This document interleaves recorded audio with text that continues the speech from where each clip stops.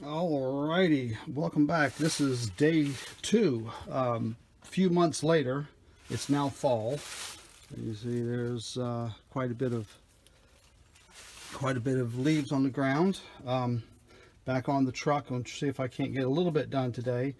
This went ahead and cleaned the carburetor. Had to fix the throttle pedal lever here. This was completely rusted up. I had to take this stake off and then run it back and forth. I had to move it over and then clean it and then move it back and forth. You can see I kind of boogered it up a little bit, but anyway, it's nice and smooth now, but it was a bear to get this thing unstuck. So they're out there shooting now. So anyway, I'm going to put this back in. I'm not going to hook up all the throttle cable just yet. I am going to put the carburetor back on. I am going to put some fuel in it, see if we can't get it to turn over a little bit, maybe fire. I don't know. I'm going to clean the points, and we'll see what we can do.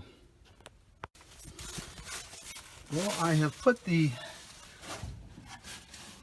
throttle linkage back in. I'm missing the little clip there, and I don't know if you can see it, but there is right here, right there is a little linkage that is obsolete. So I've made one to go in place of here, but I didn't bring it with me because I'm not doing a whole lot right now. But remember how you sometimes just do things that are just dumb? You forget to do something. Well, I forgot to bring the gasket for the carburetor. So, right, I am going to make, I've got this old piece of paper here, I'm going to make a quick gasket and just something so I can try to get this thing running. I'll take it and do it there, and then, whoops, do it like that, trim it out, and hopefully it'll seal enough so we can at least try to get it started. All right, well, we have it now. Between my pruners and pocket knife, I was able to make a gasket that should be good enough to seal, hopefully. So we'll go ahead and put this on, tighten it down, and hook everything up, put a little fuel in it. I do have a battery, and I have a jumper so we can jump the solenoid right there, see if it'll fire. All right, here's the points, and I'm just sanding them a little bit, get any crud off of them. They look good. The cap looks good inside. It's got a good rotor. So the carburetor's all on. I'm not going to hook up the fuel hose to it since I haven't disconnected anything else over here, and it may pull whatever trash is in. I want to see if if the fuel pump even works, if there's anything left in the fuel tank. Well, now we're having a bit of technical difficulties here. Tried jumping over the starter, got a battery in there, tried jumping the starter on the relay here and not getting anything. So we're going to go directly from the battery to the starter and see if the starter's the problem or the relay's the problem. So let's see what happens. Whoop, got some sparkage.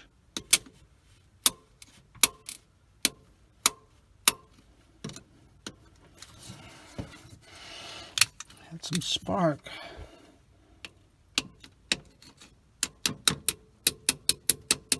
Well, I've got it grounded directly to the block. All right, let me try something here. All right, I just went directly to the battery. I took the cables off and just went right to the battery. So let's see what happens here. Yep. Alrighty, well, we've got some movement here. Let's see if the starter will pull out. It's not throwing the Bendix out. Now this is the old-timey type that has a big spring on the end. Come on. I guess that means the starter's going to have to come off. Well, let's try something else. All right, well, the starter's out, and here is the problem. The Bendix is rusted. So I tried jumping it and running it directly, and this is stuck. So I'm going to take it to the house. It also has a bad bearing. This bearing's a little loose. So I'll see about getting a new bearing in there, getting this cleaned up, and putting it back in, and hopefully turn this thing over.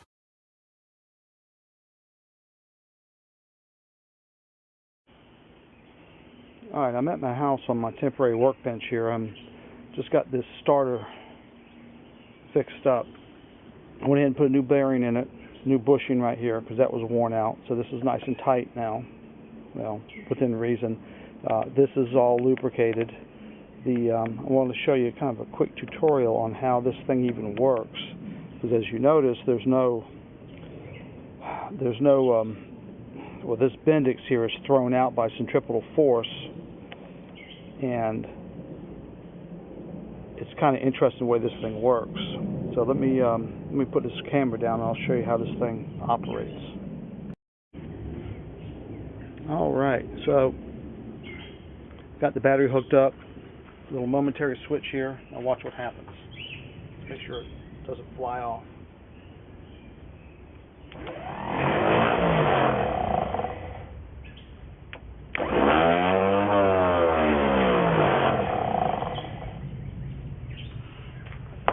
Oops. All right, now you can see what happens is that the Bendix throws out, comes out here, but it actually locks. You can't get it back. There's actually flyweights in here and there's a groove. So these flyweights only activate when this is spinning. So the Bendix is engaged. If the engine doesn't start, the Bendix stays engaged. And it's only once the engine starts that this thing spins this direction, because there's a one-way clutch. It spins, throws the flyweights out, and allows us to push back. So if your engine doesn't start the first start, your Bendix is always engaged until the engine actually pushes it back, which I thought was kind of an interesting little feature here. Now what I have to do is I have to start it back up and then push on it, because the flyweights will then be out, and then I can move it back over. And I'll do that here in a second. So start it.